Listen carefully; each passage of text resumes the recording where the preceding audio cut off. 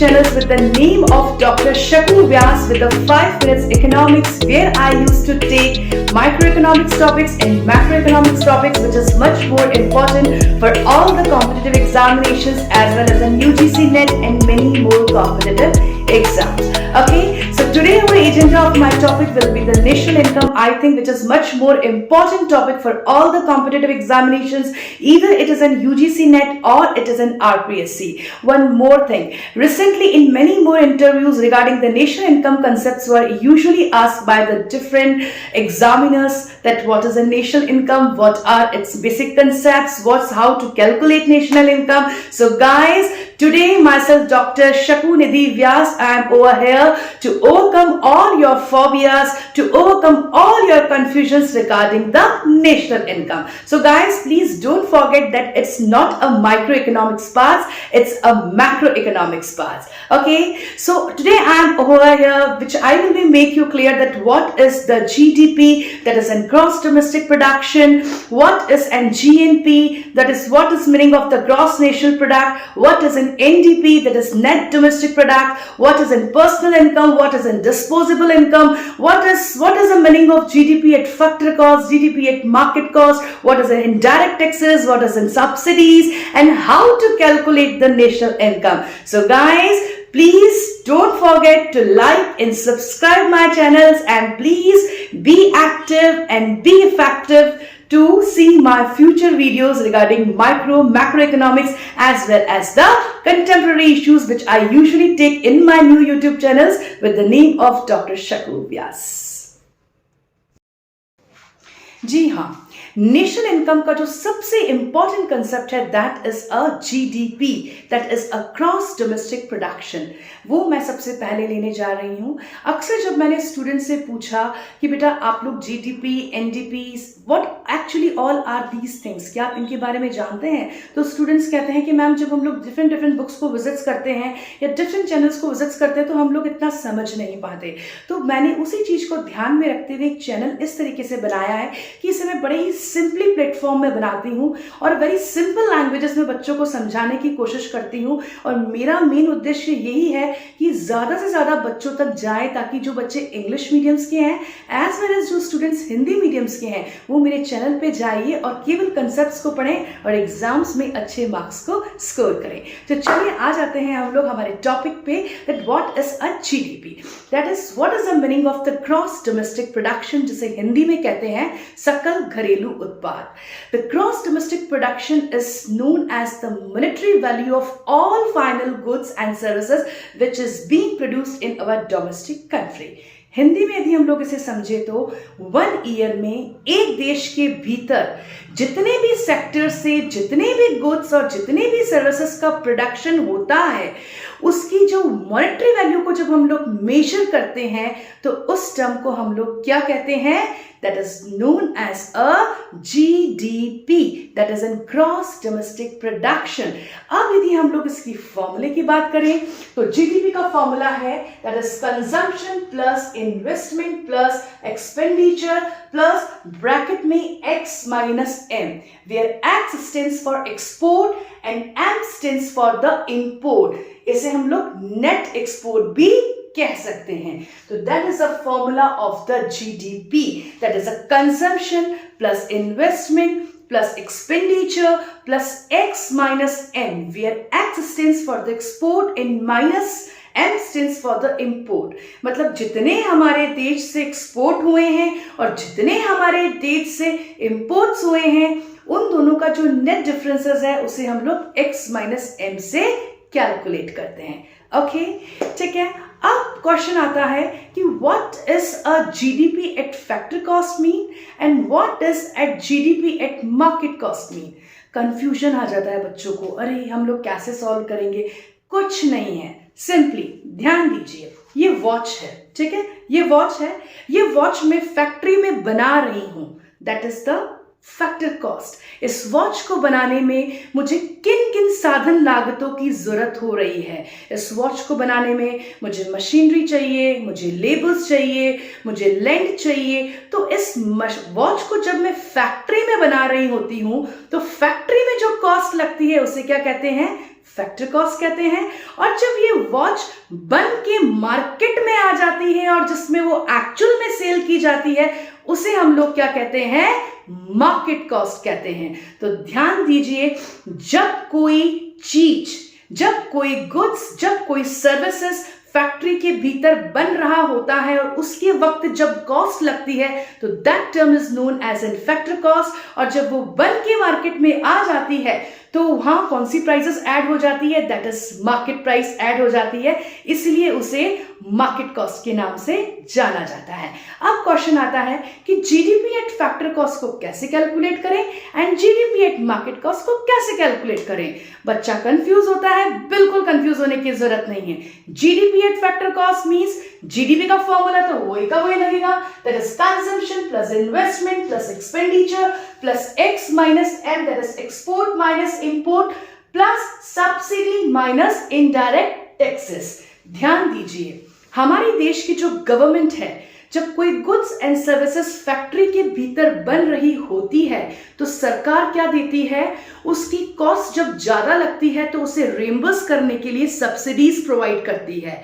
तो जब वो माल बन रहा होता है फैक्ट्री में तभी सब्सिडी लगती है, लेकिन वो मार्केट में तो नहीं आया हुआ होता है, इसलिए इनडायरेक्ट टैक्सेस लगता ही नहीं है। तो फैक्टर कॉस्ट पे डायग्राम फॉर्मूला क्या बन जाता है, consumption plus investment plus expenditure plus export minus import plus subsidy minus indirect taxes. अब क्वेश्चन आता है, सब्सिडी क्यों ऐड हुई और इनडायरेक्ट टैक्सेस क्यों नहीं लगा? क्योंकि जब माल बनता है तभी सब्सिडी मिलती है और वो मार्केट में तो आया हुआ नहीं होता है, इसलिए टैक्सेस नहीं लगता है। आई मेरी बात समझ में?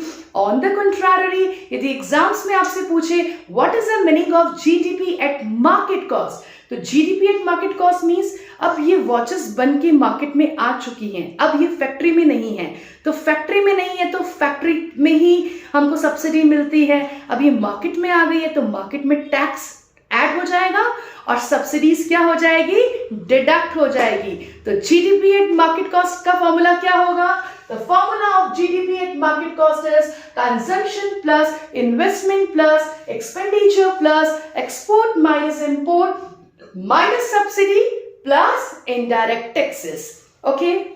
केवल एक चीज को ध्यान में रखनी है, फैक्टर कॉस्ट में सब्सिडी ऐड होती है, इनडायरेक्ट टैक्सेस नहीं लगता है। और मार्केट कॉस्ट में चूंकि प्रोडक्शन बन के मार्केट में आ जाता है इसलिए टैक्सेस ऐड हो जाते हैं और सब्सिडी नहीं लगती है। इसी के साथ मेरा जीडीपी का मेन कॉन्सेप्ट फिनिश हुआ।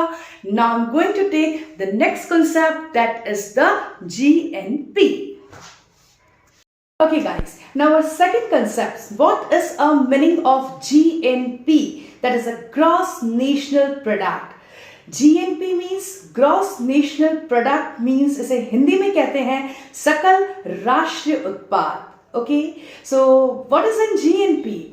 आप इसे ध्यान से सुनिए कि 1 ईयर में एक देश के अंदर जितने भी सेक्टर्स से जितने भी फाइनल गुड्स एंड सर्विसेज का जो प्रोडक्शन होता है उनकी जो मॉनेटरी वैल्यू होती है उसे तो हम लोग ऐड करते ही हैं, साथ ही बाहर के देशों से जो हमें इनकम प्राप्त हो रही है, जैसे इंग्लिश में we use to say that the net foreign income from abroad, जब उसे हम लोग ऐड कर देते हैं जीडीपी में तो वो क्या बन जाता है, दैट इज अ जीएनपी।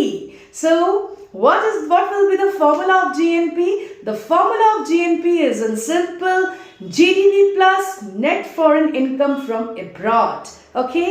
इसमें क्या होता है, जीडीपी को तो ऐड करते ही हैं, साथ ही साथ यदि हमारे देश के लोग बाहर के देश में जाके यदि इनकम अर्न कर रहे हैं, बाहर की मल्टीनेशनल कॉर्पोरेशंस में वर्क कर रहे हैं या बाहर बिजनेस कर रहे हैं, तो उस आखिर वो है तो हमारे देश के लोग ही ना, तो उन देश के लोगों को जो बाहर के देशों से जो इनकम मिलती है उसे हम लोग हमारे राष्ट्रीय आय में इंक्लूड करते हैं, तो उसे हम लोग क्या कहते हैं, जीएनपी कह देते हैं। सो द जीएनपी का फॉर्मूला क्या होगा, GDP plus net foreign income from the abroad, कि 1 ईयर में एक देश में सारे सेक्टर से जो भी फाइनल गुड्स एंड सर्विसेज का प्रोडक्शन होता है उसकी मॉनेटरी वैल्यू में जब हम लोग net foreign income from abroad को ऐड कर देते हैं तो वो टर्म बन जाती है, that is a GNP.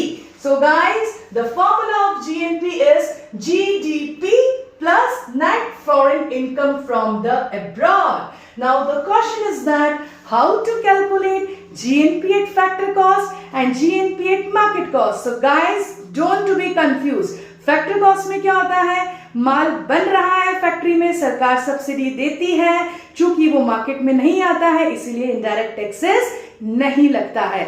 So the factor cost के अंदर सब्सिडी ऐड होती है और टैक्सेस डिडक्ट हो जाता है. सो द फॉर्मूला बनता है GNP eight factor cost is a GDP plus net foreign income from abroad plus subsidy minus indirect taxes. On the contrary market price cost में क्या होता है कि जो गुड्स एंड सर्विसेज फैक्ट्री से बन के मार्केट में आ जाता है और जब मार्केट में आता है तो मार्केट प्राइस में इनडायरेक्ट टैक्सेस ऐड हो जाता है, लेकिन वो फैक्ट्री में नहीं होता है इसलिए सब्सिडी ऐड नहीं होती है. So the GNP at market price what it will be see the GDP plus net foreign income from abroad plus indirect taxes minus subsidy. So यही तो है, इतने छोटे छोटे कॉन्सेप्ट जो कि केवल आपको एक लॉजिक और एक कॉन्सेप्ट से आपके दिमाग पे क्लिक करने हैं. सो इसीलिए कहती हूँ don't try to forget to subscribe and like my channel, and also please follow me on my Instagram page. So third concept I am bringing for you, that is what is an NDP. So guys, हमारा third major concept है what is a NDP, that is what is a net domestic product. So how the NDP is calculated? The NDP will be calculated just like GNP में से जब हम लोग depreciations को deduct करते हैं तो जो टर्म आती है वो क्या आती है, that is a NDP. GNP में से जब हम लोग डेप्रिसिएशंस को डिडक्ट करते हैं तो जो टर्म आती है then the term is known as a net domestic product. अब क्वेश्चन ये होता है आखिर डेप्रिसिएशन क्या होता है. डेप्रिसिएशन का मतलब मूल्य का ह्रास, मींस किसी चीज को बनाते वक्त जो मशीनरीज में या जो खर्चे लगते हैं, उसकी रिकवरीज में जो खर्चे लगते हैं तो उसे हम लोग क्या कहते हैं, डेप्रिसिएशंस कहते हैं. और जीएनपी तो आप लोग जानते ही हैं. नेक्स्ट आता है हमारे पास what is a personal income, disposable income, real income, per capita income and many more. So guys, मैंने आप लोगों के लिए स्पेशली 10 बुक्स को कंसल्ट करके मैंने अपने एक हैंड नोट्स बनाए हैं नेशनल इनकम के बारे में, जो मैं आपको हमारे नेक्स्ट वीडियोस में आपको अच्छे से बताऊंगी इस प्रॉपर फॉर्मूले वाइज. ओके, सो आप कभी भी कंफ्यूज नहीं होंगे. कभी भी एग्जाम्स आएगा आप मेरे चैनल पे जाइएगा, मेरे नोट्स को विजिट करिएगा. और हाँ, यदि कुछ एक्स्ट्रा में नॉलेज चाहिए तो डोंट वरी, एग्जाम्स आने पे PDF notes on demands are available. Okay, so अभी तो मैं केवल आपको एक ब्रीफ में समझा देती हूँ ताकि आपके दिमाग में जो कंफ्यूजन है ना वो अच्छे से क्लियर हो जाए. ठीक है, नेक्स्ट आता है what is a personal income. हम लोग कहते नहीं कि भाई आपका पैकेज कितना है, कोई कहता है मेरा इतने का पैकेज है, कोई कहता है मेरा इतने का पैकेज है. तो वो पैकेजेस में क्या होता है, वो आपकी पर्सनल इनकम होती है. मींस पर्सनल इनकम मींस जो आपकी बेसिक इनकम होती है उसमें साथ साथ जो आपका पीएफ का अमाउंट ऐड होता है, जो सोशल सिक्योरिटीज मिलती है, जो ट्रांसफर पेमेंट्स ऐड होते हैं, साथ ही साथ जो टैक्सेस डिडक्ट होते हैं, उससे जो इनकम बनती है that is an personal income. ये तो मैं केवल आपको समझा रही हूं. इसका पूरे फॉर्मूलेज मैंने मेरे हैंडमेड नोट्स में आप लोगों के लिए बनाए हैं ताकि आप लोगों को कोई दिक्कत नहीं हो. आई मेरी बात समझ में, क्योंकि मैं जानती हूं कि बच्चों को किस तरीके के नोट्स चाहिए, वो बुक से नहीं समझ पाता. तो इसी चीज को ध्यान में रखते हुए मैंने बहुत अच्छे नोट्स आप लोगों के लिए बनाए हैं. ओके, सो द नेक्स्ट आता है हमारा what is a meaning of disposable income. Disposable income means जैसे मेरी पर्सनल इनकम में से जो भी फॉर्मेलिटीज है, जो भी टैक्सेस है, वो सब जब कट जाते हैं और जो पैसा मेरे हाथ में आता है जिसके जरिए मैं मेरी मूलभूत आवश्यकताओं को पूरी कर सकती हूं, उसे हम लोग कहते हैं डिस्पोजेबल इनकम. तो गाइस, इसके भी फॉर्मूलेज मैंने मेरे हैंडमेड नोट्स में आप लोगों के लिए बना रखे हैं. नेक्स्ट वीडियोस में मैं आपको पूरा मेरे हैंडमेड नोट्स के बारे में जानकारी दूंगी. नेक्स्ट आता है real income. Real income means वो होता है कि एक पर्टिकुलर ईयर में जो इन्फ्लेशन रेट्स को ऐड करके जब इनकम निकाली जाती है तो उस इनकम को हम लोग क्या कहते हैं, रियल इनकम कहते हैं। और जो फोर्थ टर्म आती है दैट इज पर कैपिटल इनकम। पर कैपिटल इनकम एक पर्टिकुलरली फाइनेंशियल ईयर में जब किसी देश के नागरिकों की आय को जब कैलकुलेट किया जाता है तो उसे हम लोग कहते हैं पर कैपिटल इनकम। तो इन सारों के फॉर्मूलेस मैं मेरे नेक्स्ट वीडियोस में आपको बताऊंगी। प्लीज मेरे चैनल को लाइक करें, सब्सक्राइब करें एंड प्लीज अपने रिव्यूज दें। And don't try to forget to see my future videos which is totally connected with the micro and macroeconomics as well as the contemporary issues of economics. Guys, ये मेरे handmade notes हैं जो मैंने कम से कम 15 years के experience को ध्यान में रखते हुए आज के यूथ के लिए और आज के स्टूडेंट्स के लिए जो इकोनॉमिक्स की स्टडी कर रहे हैं या किसी कॉम्पिटिटिव एग्जाम्स की तैयारी कर रहे हैं उनके लिए मैंने बनाए हैं। सो जब भी आपके कोई एग्जाम्स आए तो आप बिल्कुल भी परेशान मत होइए, आप मेरे चैनल पे जाइए और आप मेरे नोट्स को विजिट करें। और यदि आप इनके पीडीएफ्स भी चाहते हैं तो आपकी एक डिमांड्स पे ऑनलाइन पीडीएफ आपको अवेलेबल हो जाएगी, चाहे वो माइक्रो हो, चाहे वो मैक्रो हो, चाहे वो लेबर इकोनॉमिक्स हो, चाहे वो एग्रीकल्चर इकोनॉमिक्स हो, चाहे वो इकोनोमेट्रिक्स हो और चाहे वो स्टैटिस्टिक्स हो। ओके, सो यहाँ पे हम लोगों ने देखी कितने अच्छे तरीके से नेशनल इनकम की डेफिनेशंस लिख रखी है। मैंने नेशनल इनकम की बेसिक कॉन्सेप्ट्स बताए हैं। That is a GDP, that is first is GNP, NDP, NNP, personal income, real income and the पर कैपिटल इनकम। आखिर ये सब क्या है ये मैं आपको प्रीवियस वीडियोस में बहुत ही अच्छे से समझा चुकी हूँ। सो जीडीपी को कैलकुलेट करने का फॉर्मूला क्या है, that is a consumption plus investment plus government expenditure plus NX. NX means export minus import, मतलब कि नेट एक्सपोर्ट जो आपको प्राप्त होते हैं वो हम लोग जीडीपी में मेंशन करते हैं। मतलब 1 ईयर में 1 कंट्री में जितने भी गुड्स एंड सर्विसेज का प्रोडक्शन होता है, जब हम लोग उसकी मॉनेटरी वैल्यू को एवेल्युएट करते हैं तो उससे हम लोग क्या गेट करते हैं, जीडीपी। देखिए कितने प्यारे नोट्स हैं, कितने अच्छे तरीके से मैंने इनको मेंशन किया है। यदि आप एग्जाम्स में इस तरीके से लिखे ना तो आई एम डैम श्योर आपको डिस्टिंक्शन मार्क्स आने से कोई भी नहीं रोक सकता। नेक्स्ट आता है हमारा जीएनपी। क्या है जीएनपी, मैं ऑलरेडी बता चुकी हूँ। It is a sum of all the goods and services produced in accounting year plus it includes the net foreign income from the abroad। GDP में जब हम लोग net foreign income from abroad add करते हैं तो हमें GNP मालूम होती है। ओके, तो ये मैंने कितने अच्छे से फॉर्मूलेज वाइज आपको बता रखा है और इसका मैंने ब्रीफ एक्सप्लेनेशंस मेरे प्रीवियस वीडियोस में आपको दिया है। Okay, now what is an NDP. जब जीडीपी में से हम लोग डेप्रिसिएशन को डिडक्ट करते हैं तो हम लोग पाते हैं NDP, that is a net domestic product. What is an GNP. GNP भी मैंने आपको जीएनपी तो हम लोग ऑलरेडी आपको बता चुकी हूँ। अब आता है व्हाट इज एनएनपी। देखिए जीडीपी में से जब डेप्रिसिएशंस को डिडक्ट करते हैं तो हमें क्या प्राप्त होता है, NDP, that is net domestic production. और जब हम लोग जीएनपी में से डेप्रिसिएशंस को डिडक्ट करते हैं तो हमें क्या प्राप्त होता है, एनएनपी। अब जीडीपी क्या है मैं आपको बता चुकी हूँ। ओके, और जीडीपी में से जब हम लोग डेप्रिसिएशंस को डिडक्ट करते हैं तो हमें एनडीपी प्राप्त होता है। और जीएनपी में से जब हम लोग डेप्रिसिएशंस डिडक्ट करते हैं तो हमें क्या प्राप्त होता है, दैट इज अ एनएनपी। आखिर डेप्रिसिएशन क्या होता है ये भी मैं आपको प्रीवियस वीडियोस में बता चुकी हूँ। नेक्स्ट आता है हमारा पर्सनल इनकम। पर्सनल इनकम आपको मैंने बताया है, इसका फॉर्मूला क्या है, there is a national income plus the transfer payments minus social security minus corporate taxes and undistributed profits.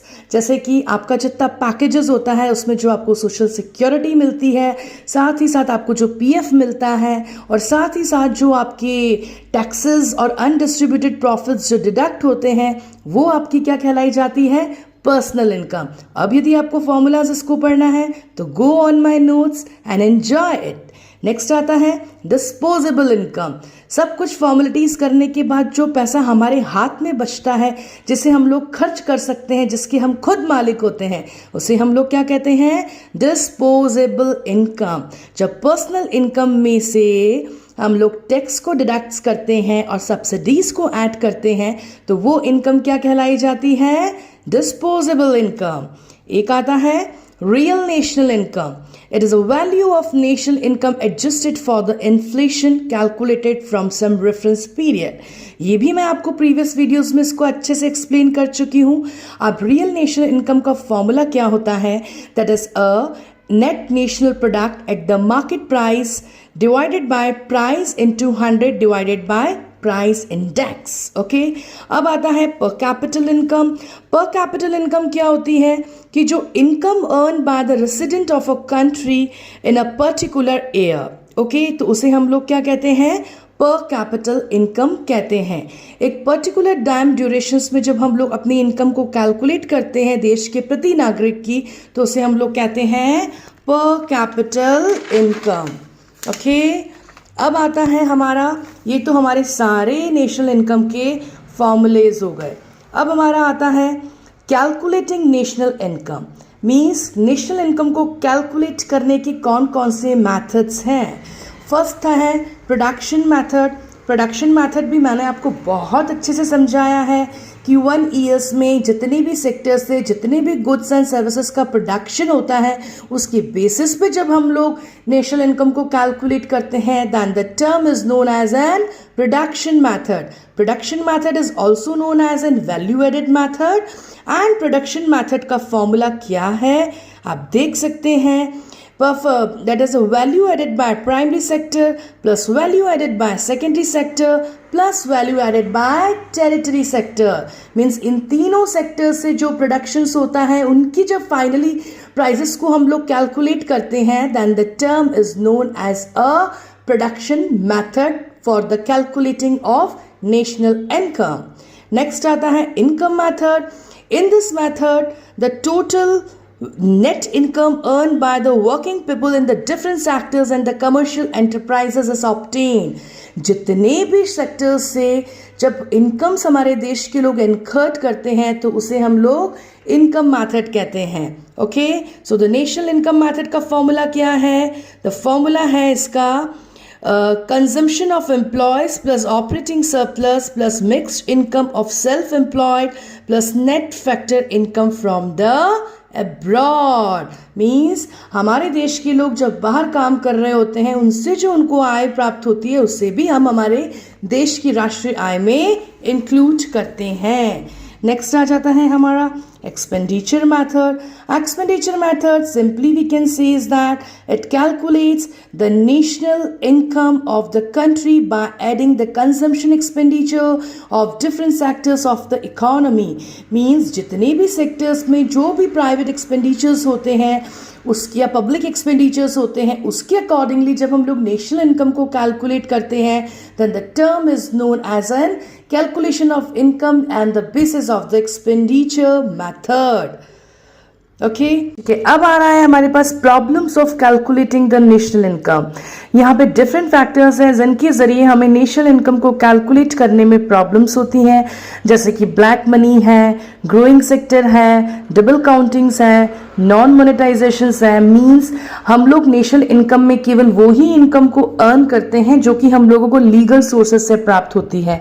Illegal income को हम लोग नेशनल इनकम में कैलकुलेट नहीं करते हैं। सेकेंड्स आता है हमारा growing sector. Growing sectors means हमारे यहाँ ऐसे बहुत सेक्टर्स हैं, चाहे बीपी हो, बीपीओ हो, एंटरटेनिंग हो, मीडिया हो, टेलीकम्युनिकेशंस हो, फार्मास्यूटिकल्स हो। ये लोग जब अपनी एनुअल रिपोर्ट्स बनाते हैं तो उस एनुअल रिपोर्ट्स में ये हम लोगों को नेशनल इनकम के बारे में सही जानकारी नहीं देते हैं, जिसके कारण भी हम लोगों को नेशनल इनकम में प्रति व्यक्ति आय को कैलकुलेट करने में दिक्कत आती है। नेक्स्ट आता है डबल काउंटिंग्स। मीन्स एक बंदा एक जगह भी काम कर रहा है और दूसरी जगह भी काम कर रहा है, तो दोनों इनकम्स को हम लोग नेशनल इनकम में कैलकुलेट नहीं कर सकते। That is a major problem. एक और प्रॉब्लम है नॉन मोनेटाइजेशंस। हमारे देश में ऐसे बहुत सारे एरियाज हैं जिनमें लोगों को अपनी सर्विसेज के बदले पैसे नहीं दिए जाते हैं, बल्कि उनको उनकी सर्विसेज के बदले कोई गुड्स दे दिए जाते हैं। तो उन चीज़ों में जब मनी जो होती है वो एक एक्सचेंज का माध्यम नहीं होती है, तो उस सिचुएशंस में भी हम लोगों को नेशनल इनकम को कैलकुलेट करने में प्रॉब्लम आती है, क्योंकि वहां पे उनको उनके सर्विस के बदले मनी नहीं दिया जाता बल्कि कुछ और दिया जाता है। तो उस नॉन मोनेटाइजेशन सेक्टर के कारण भी हमें नेशनल इनकम को कैलकुलेट करने में दिक्कत आती है। तो ये तो हमारी हुई problems of calculating the national income. अब हम आपको बताने जा रहे हैं कि मार्केट प्राइसेस क्या होती है और फैक्टर प्राइसेस क्या होती है। आपको बिल्कुल कंफ्यूज होने की जरूरत नहीं है। मार्केट प्राइसेस वो होती है जब कोई माल बनता है, तब वो फैक्ट्रीज में बनता है, तो उसकी कॉस्ट को रिम्बर्स करने के लिए जो गवर्नमेंट होती है वो हमें सब्सिडी प्रोवाइड करती है। बट उस वक्त वो माल चूंकि बन रहा होता है तो वो मार्केट में नहीं आता है, इसीलिए इनडायरेक्ट टैक्सेस नहीं लगते हैं। तो इसीलिए जो फैक्टर प्राइसेस होती हैं उस फैक्टर प्राइसेस में सब्सिडी ऐड हो जाती है और इनडायरेक्ट टैक्सेस डिडक्ट हो जाते हैं। लेकिन जब ही वो माल फैक्ट्री से बन के मार्केट में आता है तो सरकार सब्सिडी देना बंद कर देती है, और चूंकि वो मार्केट में सेल आउट होता है तो उसमें इनडायरेक्ट टैक्सेस ऐड हो जाते हैं। तो इसीलिए मार्केट प्राइसेस में सब्सिडी डिडक्ट होती है, इनडायरेक्ट टैक्सेस ऐड होते हैं, और फैक्टर कॉस्ट में चूंकि माल फैक्ट्री में बन रहा होता है इसीलिए सब्सिडी ऐड होती है और इनडायरेक्ट टैक्सेस डिडक्ट हो जाते हैं। तो इसी के साथ हमारा नेशनल इनकम का टॉपिक खत्म होता है। आपको यदि कोई नोट्स चाहिए या आपको किसी भी चीज की हेल्प की जरूरत है, आप मेरे चैनल पे जाके मेरे कॉन्टैक्ट नंबर दिए हुए हैं, आप मुझसे कॉन्टैक्ट करें। हर टॉपिक के हर नोट्स के PDF as well as MCQs and latest questions and latest way how to write and how to explain and how to make your answers very effective, इन सब की जानकारी मेरे YouTube चैनल पे मिलेगी। यदि आपको एक्स्ट्रा एडवांसमेंट नॉलेज चाहिए तो आप जरूर कमेंट बॉक्स में जाके आप कमेंट करिए, मुझसे कॉन्टैक्ट करिए। I am here to help to those students who really thinks that the economic is tough, or I am here to solve their all problems regarding economic and make economics very easy. Thank you.